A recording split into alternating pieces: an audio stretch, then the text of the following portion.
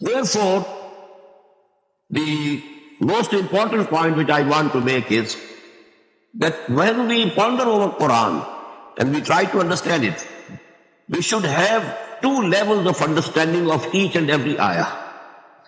First of all, we have to keep the ayat or the surahs in the context, the historical context, when they were revealed, to whom they were revealed, who were the first addressees of the Quran, to whom Quran was talking primarily, what were their ideas, what were their beliefs, what were their customs, what were their rituals. Everything has to be in the context, geo-historical context. That we call, in the term of the exegesis of the Quran, ta'wilul khas, with the special, perspective of the time when they were revealed, people who were being directly addressed. If we place the ayah or the surah in that context, and then we try to understand what was the meaning of this ayah or surah, which the people understood at that time, at that particular moment in history. And secondly, because this Quran is meant for the whole of humanity, for all time to come.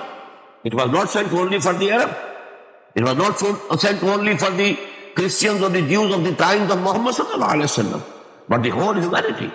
So actually we have to understand the Quran secondarily in a generalized way. That is called the ta'wilul aam.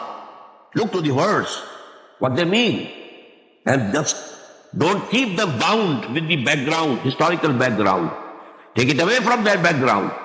And as such, you think over them, ponder over them, dive deep into their meanings, and try to generally infer from it the total and the final and the eternal guidance that Allah subhanahu wa ta'ala has provided for the humanity at large.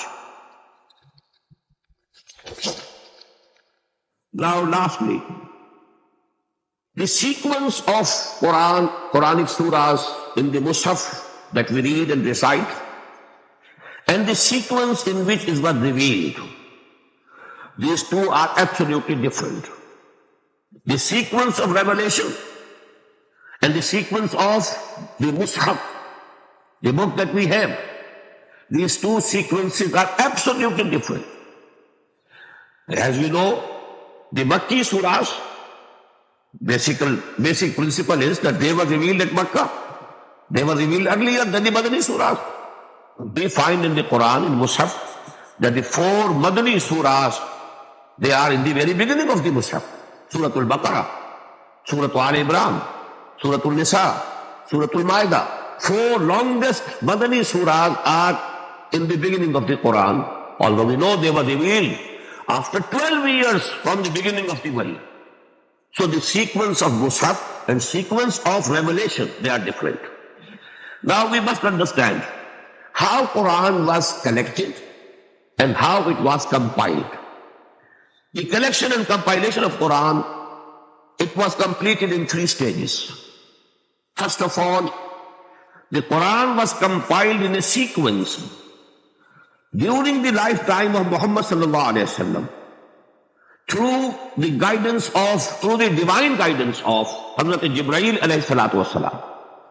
Whenever the ayat were revealed, the Prophet said to the people who were writing these ayat, there were certain people, certain companions, who were assigned the duty of writing them, katibin-e-wahi, we call them, who used to write those ayat, that put these ayat after such and such ayat of this surah.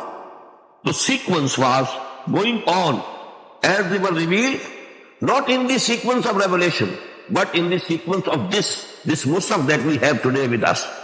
And this compilation of the Quran was completed in the lifetime of Muhammad sallallahu alaihi wasallam.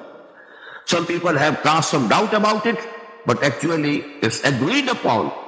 It's absolutely proven fact that the compilation of the Quran was complete during the lifetime of Muhammad sallallahu alaihi wasallam, and it was done by him. But it was only in the hearts of the people. It was not in the form of a book like this.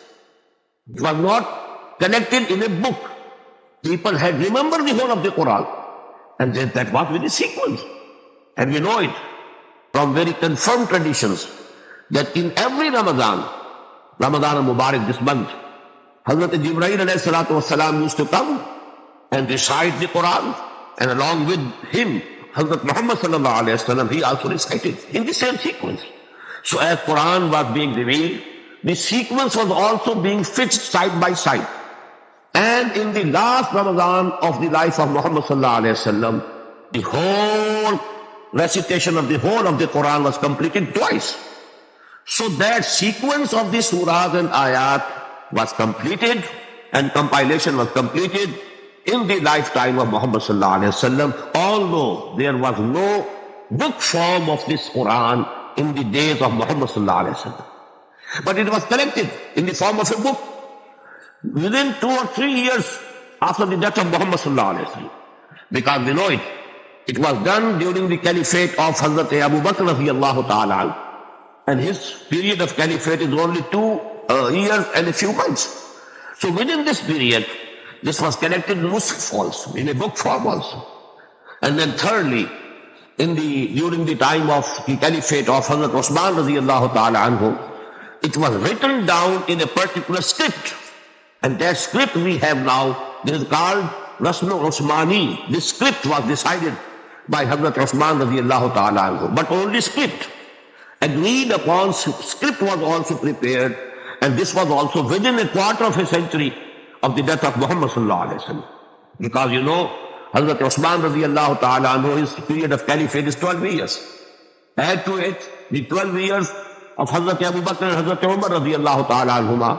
So actually, before the completion of 1/4 century, after the death of Muhammad sallallahu alayhi wasallam, an agreed script was also prepared, and now we have the copies of that script all over the world. This is called Ar-Rasm Al-Usmani radiyallahu ta'ala anhu. Now, a few words about the basic terminology about Quran. The unit of Quran is called ayah. We don't call it a sentence. We don't call it a verse. Some of the writers use this word for Quran, but as far as I think, we shouldn't use it. Neither the word sentence nor verse. We have to keep this word ayah. It's very unique. Ayah means a sign or a symbol. Actually, every ayah of Quran is a sign or symbol of the wisdom of Allah subhanahu wa ta'ala. So we cannot substitute any other word in its place. We have to keep it, and because during this translation of the Quran, I'll be keeping this terminology. That's why I'm explaining in the very beginning. Ayat, ayat. But if ayat, you know, if there is full stop after that, we call it ayah. So these are fundamental things, you know. Ayah and ayat is the same. And the plural is ayat. Now ayat, you know, they are very small also, very large also. We have, you know, haruf muqatta'at. They also go to make ayah. Hamim, it is ayah. Alif Lam Mim, it is ayah. Then Wal Asr, it is ayah. Innal insana lafi khusr, it is again an ayah. And then there are ayat in which you can have 10 sentences. Ayatul Kursi, for example, a very big ayah, one of the biggest ayat of the Quran. So actually, these ayat, you know, they are not based on any grammatical or any other logical, only principle of logic or grammar. This is based on as Muhammad sallallahu alaihi wasallam told us. And we call it in this terminology tawqifi. These matters are tawqifi. They are mawquf alayh, on the telling of Muhammad sallallahu alaihi wasallam. As he told, we accept it. No reason, no principle, no logic, no grammar. Now these ayat, you know, you may note here, there are about 6,666. There is some difference in number, but round about 6,500 ayat of the Quran, whole. Now these ayat, second term is surah, and the plural is suwar. But you know this word is because it's not commonly used. I'll be using the word surah and surahs during this translation, when we are translating into English. And what is surah? Surah is not a chapter. Please note, these terms are not applicable to the Quran. These terms which we use about the books generally, sentences, paragraphs, there are no paragraphs in the Quran. then there are no chapters. This is not chapter.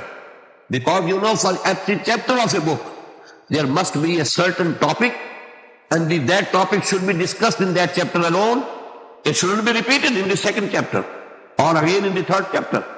But we find in the Quran that even the story of Adam and Iblis, it has been repeated in 7 surahs of the Quran.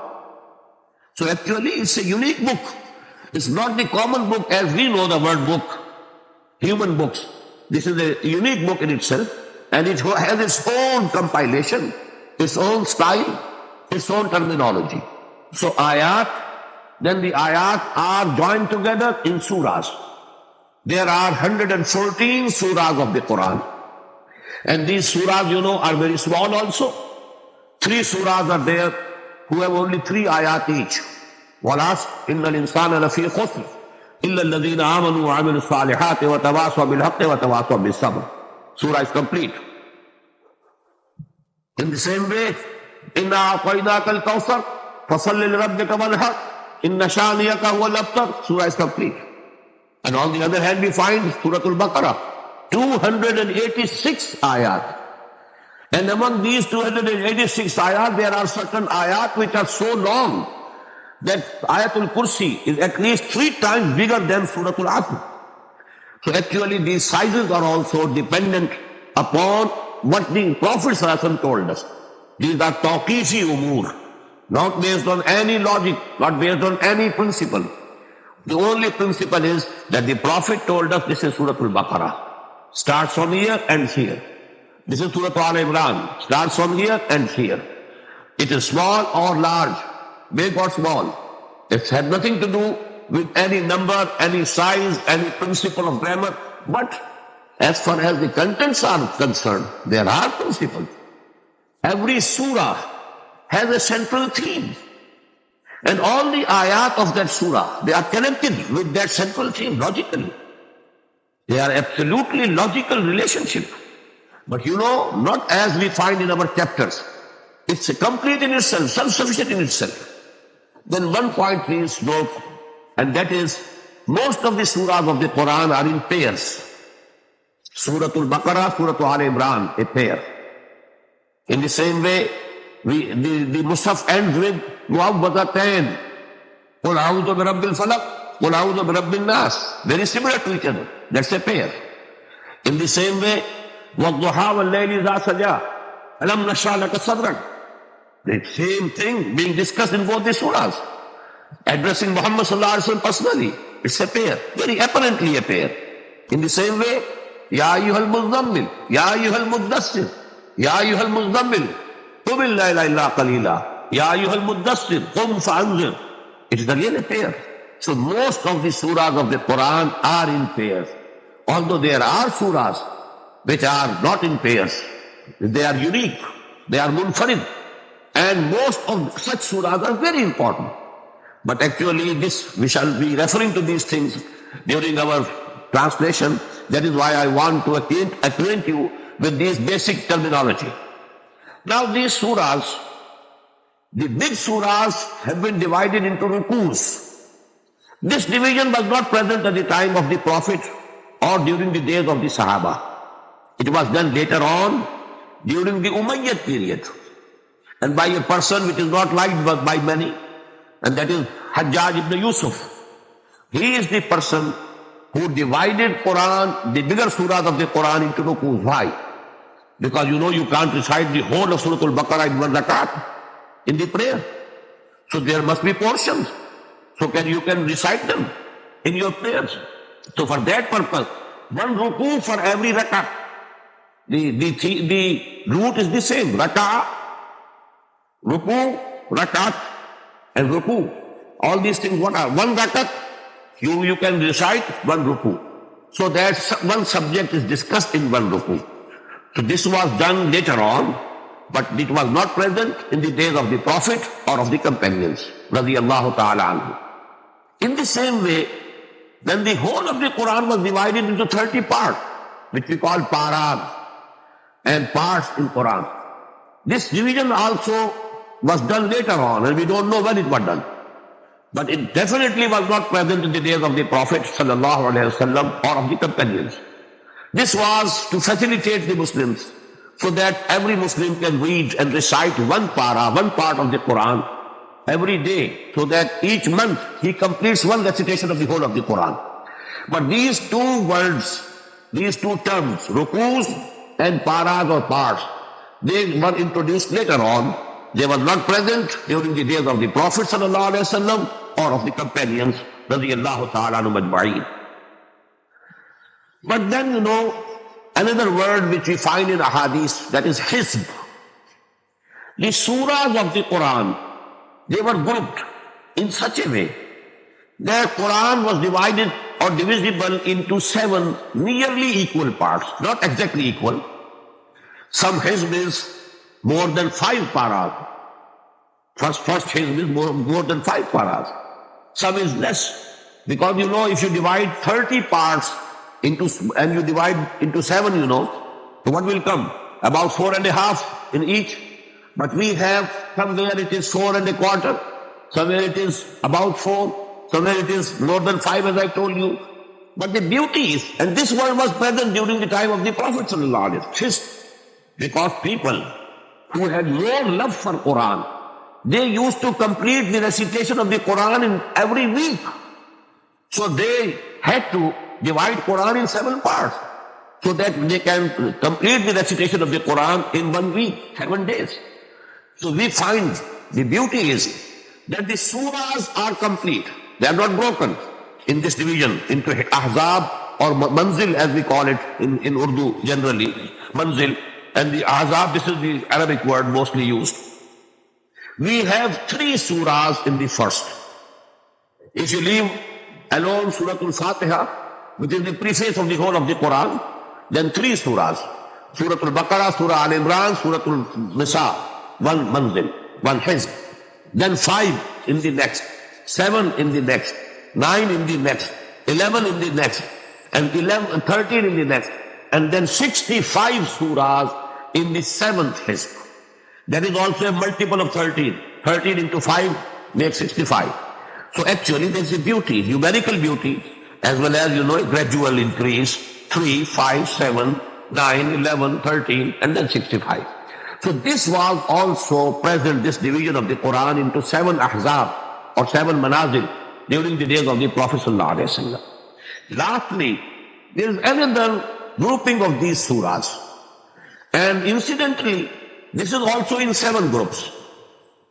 These 7 groups are groups of Makki and Madani surahs. We find in the Quran 1 or 2 Makki surahs, then 1 or more Madani surahs. It becomes 1 group. Then 2 or 3 or 1 or 2 Makki surahs, then some Madani surahs, 2nd group. Then Makki, then Madani, 3rd group. Again Makki, again Madani, 4th group. Again Makki, again Madani, and so on. These are also 7 groups. We find in the first group, Surah Al-Fatiha is the only surah which is Makki. Only one. Then 4 longest Madani surahs, Surah Al-Baqarah, Surah Al-Imran, Surah Al-Nisa, Surah Al-Ma'idah, and this goes to make the first group. This is not first manzil, first group of Makki Madani surah. Then we have 2 surahs which are Makki, Surah Al-An'am, Surah Al-Araf. Again 2 surahs which are Madani, Surah Al-Anfal, Surah Al-Tawbah. This is the 2nd group. Then in the 3rd group, we have 14 surahs which are Makki, starting from Surah Al-Yunus, ending with Surah Al-Mu'minun, and only 1 surah which is Madani, and that is Surah Al-Nur.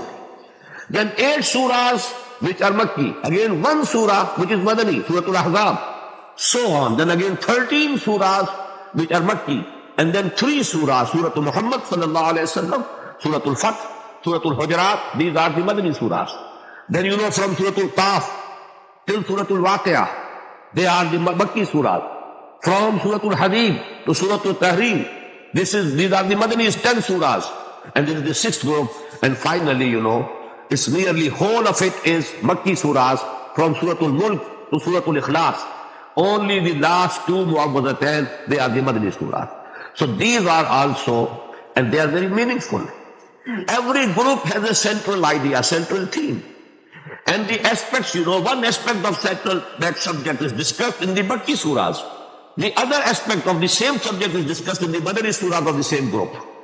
So this is the basic terminology, because it will be repeated time and time again during my translation of the Quran. And when I want to explain what, is the meaning of those ayat and surahs, so this terminology is going to be repeated. That is why I wanted to acquaint you with the basic terminology before we start it.